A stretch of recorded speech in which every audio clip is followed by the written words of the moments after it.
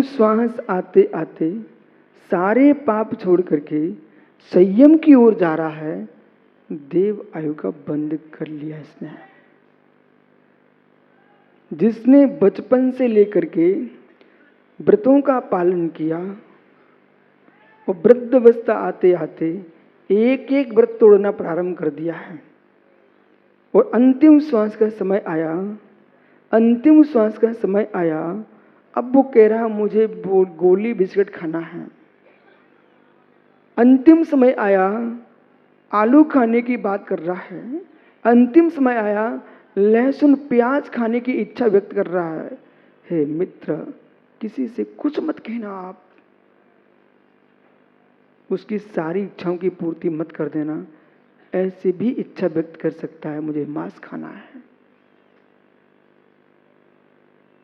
बस समझ लेना, इसने जीवन भर मायाचारी से धर्म का रूप बनाए रहा है, पर आयु बंद के काल में खोटी आयु का बंद हो गया, इसलिए इसके ऐसे परिणाम हो रहे हैं। नमोकार सुनाओ, भगवान का नाम सुनाओ, उल्ले हल्ला नहीं करो, मुझे नहीं सुनना। हे मित्र, खोटी आयु का बंधक है, खोटी आयु का बंधक है। इसने अशुभ आयु का बंध कर लिया है। अशोक, बहुत आवाज आ रही है।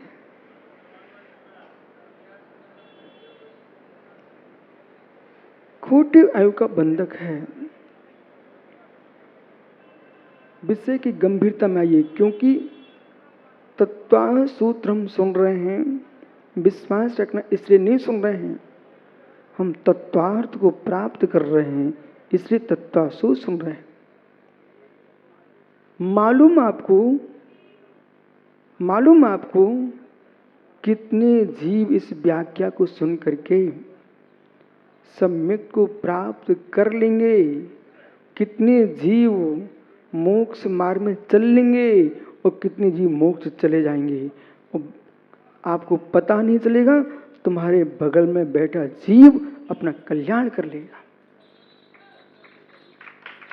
इसलिए मंदिर आप रोज जा रहे हो, अच्छा काम है, लेकिन वहां आपको देखना चाहिए गाड़ी चालक, वाहन चालक, चाहे ट्रक वाले हो चाहे बस वाले हो, बस खड़ी करके टायर बजाते हैं। देखा आपने? टायर बजाते हैं। ऐसा क्यों? ऐसा क्यों? मित्र, वे टायर की हवा से युक्त आवाज को समझते हैं और जिसकी हवा निकल गई उस आवाज को भी वो लोग समझते हैं। 3 बार बजाना चाहिए अपने आप को कि मेरी हवा भरी कि नहीं श्रद्धा की, वो निकल तो नहीं गई। मंदिर हम जरूर जा रहे हैं, उत्साह शक्ति संपन्न जा रहे हैं कि ऐसे ही जा रहे हैं? जैसे भूख लगने पर प्रतिदिन उमंग आती अब भोजन करना है, ऐसे जगते ही प्रभु भजन की उमंग आना चाहिए, अब मुझे भजन करना है।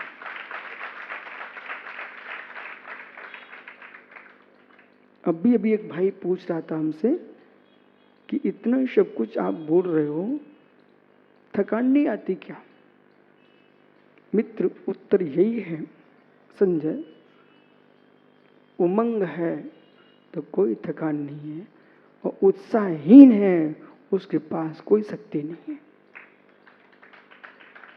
जैसे कि वाहन के चक्के में वायु, वाहन के चक्के में टायर में वायु और मनुष्य के अंदर में उत्साह शक्ति, ये 2 हैं तो दोनों अपना काम कर लेंगे। टनों टन वजन वायु के बल पर चक्का ले जाता है और मित्र, सहस्रों किलोमीटर की यात्रा एक मनुष्य अपने पैरों से कर लेता है उत्साह शक्ति के बल पर। वही मोक्ष मार्ग में सफलता हासिल कर सकता है जिसने प्रथम दिन दीक्षा ली थी वैसा उस अंतिम दिन तक बना रहा, उसकी समाधि को कोई छुड़ा नहीं सकता। आज प्रवचन के बाद जब चैत्यालय जी जा रहे थे मंदिर, रास्ते में एक वृद्ध विद्वान बैठे हुए थे, इंतजार ही कर रहे थे। भदौरिया जी, उस विद्वान की उमंग देखो,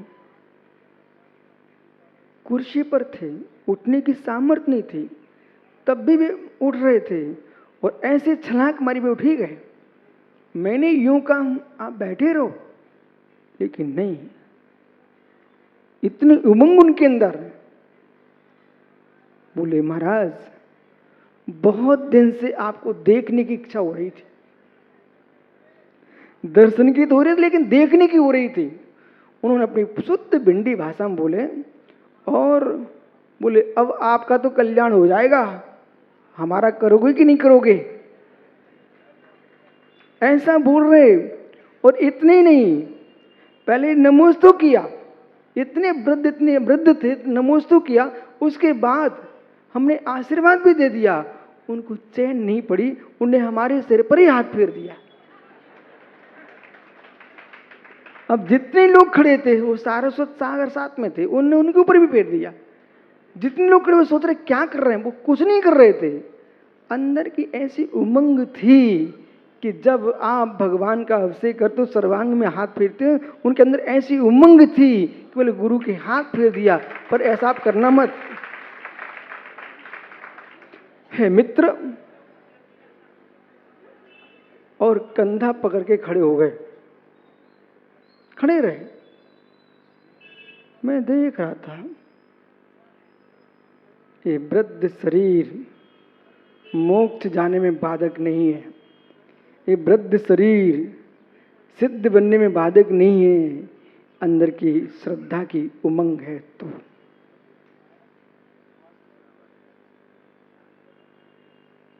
तो देवत्व को प्राप्त करने के लिए मनुष्यत्व में दिखाई देता देवत्व कैसा है, मंद है, भद्र परिणाम है, बहुत इधर उधर घूमते नहीं है, यहाँ की बातें नहीं करते। आगे सूत्र में आपसे समझाऊंगा, यहाँ की बातें नहीं करते, ना उनके घर से प्रयोजन ना इनके घर से प्रयोजन। मित्र, वे ही लोग देव बन पाते हैं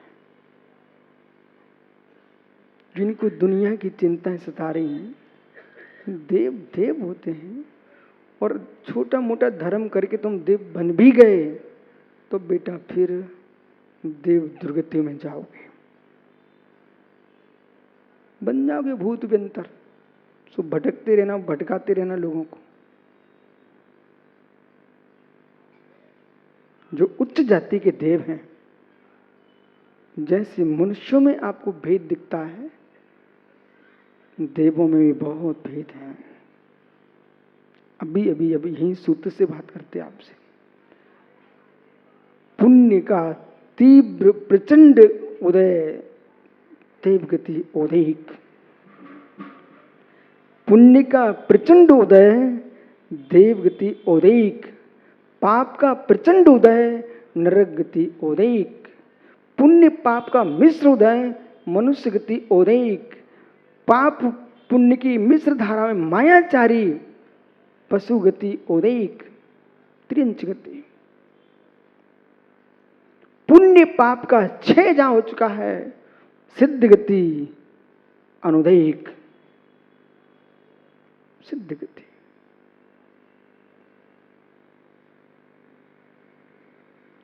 देवा शत्रुनिकाया,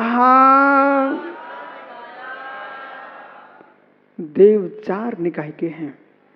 देव 4 निकाय के हैं।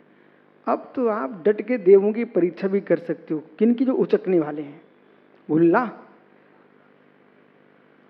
उनकी परीक्षा कर सकते हो। 4 निकाय यानी प्रकार, भवनवासी, व्यंतर, ज्योतिषी, बेमानिक।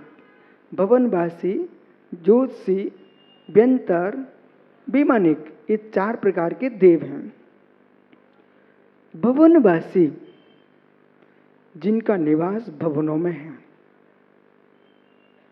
वे भवन ऊपर नहीं है, सारे देव ऊपर नहीं रहते।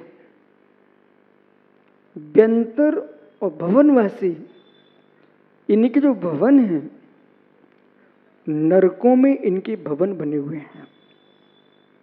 हाँ, पंख भाग और खर भाग में भवनवासी व्यंतरों के निवास स्थान हैं। जैसे कि फिर भी उनको नरकों की वेदना नहीं है, भूमि है, इस प्रांगण में मंदिर भी है, प्रवचन भी सुन रहे हैं आप। मंदिर का वातावरण अलग है, यहाँ का वातावरण अलग है।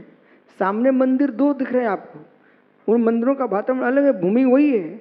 ऐसे ही मित्र, नरकों में ध्यान रखना विषय का, नरक दुख नहीं देते, स्वर्ग सुख नहीं देते। बोले महाराज कभी कुछ कहते आप, कभी कुछ कहते हो। हाँ, मैं जो भी कहता हूँ सत्य कहता हूँ, तुम समझ नहीं पाते हो। भदौरिया जी, नरक दुख नहीं देता, स्वर्ग सुख नहीं देता। हे मित्र, हे मित्र, क्या आपके घर में नौकर भी हैं? नौकर हैं? हे ज्ञानी, जिस घर में आप विश्राम करते हो उसी घर में आपका नौकर विश्राम करता है। बराबर, कोई अलग घर नहीं है उसका। नौकर को भी आपने अपने घर में स्थान देके रखा है, पर जिस भवन में स्वामी रह रहा है उसी भवन में सेवक रह रहा है, पर स्वामी की अनुभूति सेवक को किंचित मात्र भी नहीं है, उसको तो नौकर की ही अनुभूति है।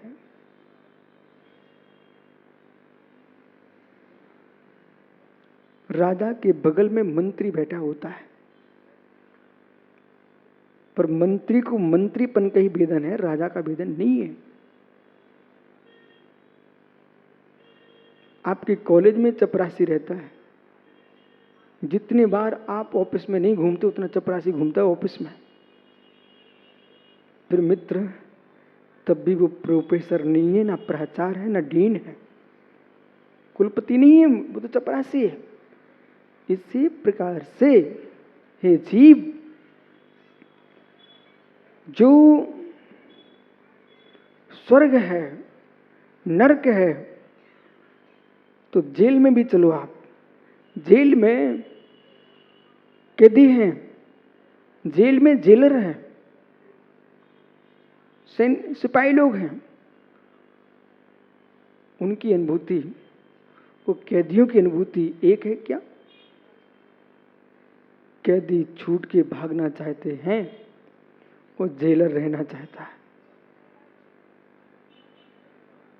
जेल होने पर भी जेलर को जेल का कष्ट नहीं है। यानी अंतर समझ में आ रहा है? यदि किसी अपराधी से तुम्हारे घर का सदस्य है, उससे जेल में तुम मिलने जाते हो, अपितु खाना भी देने चले जाते हो, तब भी तुमको कोई डर नहीं लगता, भय नहीं होता है और पीड़ा भी नहीं होती है।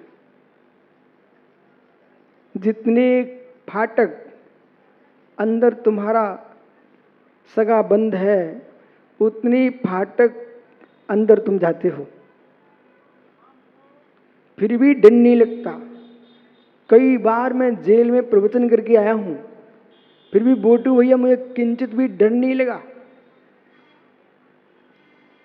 तो जो व्यक्ति कैद होके जाएगा उसे जेल का दुख है, उसे डर है। ऐसे नरक में नारकी होके जाएगा उसको नरक का दुख है। जो नरक में देव के रूप में जा रहा है, उनके भवन बने हुए हैं, उनको वहां कोई दुख नहीं है।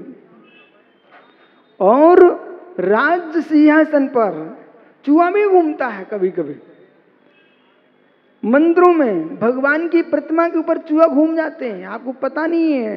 तुम तो दिन में ही तो रात भर घूमता रहता है। क्या भगवत्ता का आनंद आ गया उसको? वो तो चूहा चूहा ही कहलाएगा। ऐसे मित्र राजभवन में जो भृत्य है उनको तो भृत्यपने की अनुभूति राजा की नहीं होगी। ऐसे ही कोई जीव स्वर्ग में चला जाए, स्वर्ग में चला जाए, पर देव बन के नहीं। सामान्य निगोदिया तो सर्वत्र भरे हुए हैं, तो क्या उनको देवों की अनुभूति हो रही? क्या नहीं हो रही है। इसलिए समझना, स्थान दुख सुख नहीं दे रहा, वही नरक नारकियों को दुख का कारण बनता है। वही नरक वहाँ भवनवासी और व्यंतर जाति के देवों के भवन बने हुए हैं, वे देव सुख भोग रहे हैं। जेल के बगल में कोई नेताजी की कोठी बनी हुई है, वे कोठी में आनंद लूट रहे हैं, और जेल बगल में है, उसमें बेचारे कैदी रो रहे हैं। और क्यों दूर जाते हो, इसी पंडाल में आइए। सारे शिविरार्थी एक साथ बैठे हुए हैं, शिविर में धोती दुपट्टा सबके एक से हैं, स्थान सबको दिया गया है, पर मित्र अपनी अपनी मानसिकताओं की पीड़ा अलग अलग है और मानसिकताओं का सुख अलग अलग है।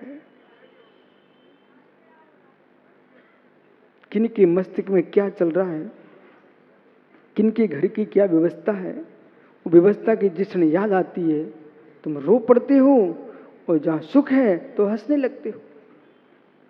समझ में आ रहा है ना? इसलिए भूमि हर व्यक्ति को दुख नहीं देती, भूमि हर व्यक्ति को सुख नहीं देती। शिवरार्थियों, बेटा तुम्हारे पुण्य पाप पर भूमि फलित होती है। व्यवस्थित बैठ जाओ भाई। तुम्हारे पुण्य पाप पर भूमि फल देती है। कैसा? एक व्यक्ति खेती कर रहा था खेत में, वो बेचारा एक बोरे बोता था, वो आधा कट्टा निकाल पाता था। खेत वही है, और जिसका पुण्य चमक रहा था खेत खरीद लिया, उसने आधा कट्टा बोया और 50 बोरे निकाले।